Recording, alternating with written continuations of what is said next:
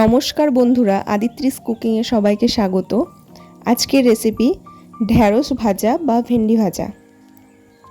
একেবারে ঝরঝরে, একটার সঙ্গে একটা গায়ে লেগে থাকবে না, সেইভাবেই আমি আজকে ভেন্ডি ভাজা করে দেখাবো। প্রথমে আমি ভেন্ডিগুলোকে জলে ভালো করে ধুয়ে নিচ্ছি। জল ঝরে গেলে ভেন্ডিগুলোকে আমি এইভাবে কেটে নেব। সব ভেন্ডিগুলো আমি একই রকমভাবে কেটে নেব। সবগুলো কাটা হয়ে গেছে। অপরদিকে একটা কড়াই ভালো করে গরম করে নিয়ে দিয়ে দিচ্ছি সর্ষের তেল। ভেন্ডি ভাজাটা আমি সর্ষের তেলেই করব। ফোড়নের জন্য দিয়ে দিলাম কালো জিরে। আগে থেকে কেটে রাখা ভেন্ডিগুলোকে আমি এইভাবে দিয়ে দিলাম।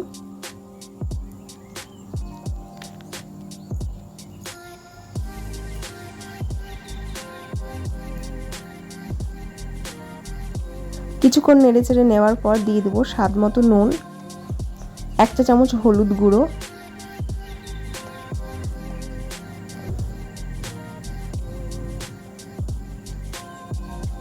আবারও কিছুক্ষণ নেড়েচেড়ে নিয়ে ঢাকা দিয়ে রেখে দেবো 2 মিনিটের জন্য। 2 মিনিট পর ফিরে আসছি।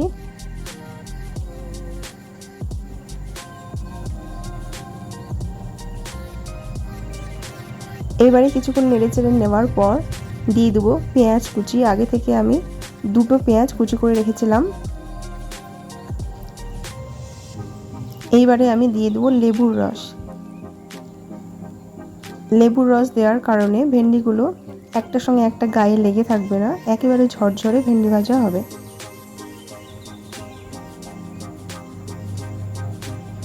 এইবারে কিছুক্ষণ নেড়েচেড়ে নেওয়ার পর দিয়ে দেবো কাঁচা লঙ্কা কুচি।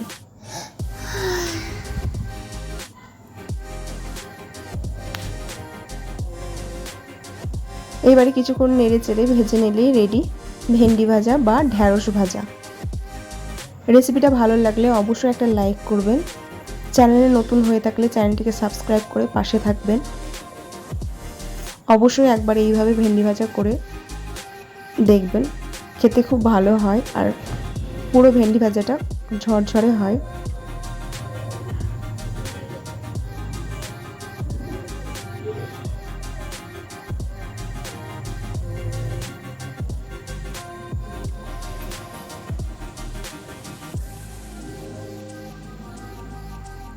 ভেন্ডি ভাজা হয়ে গেছে, এবার আমি তুলে রাখবো।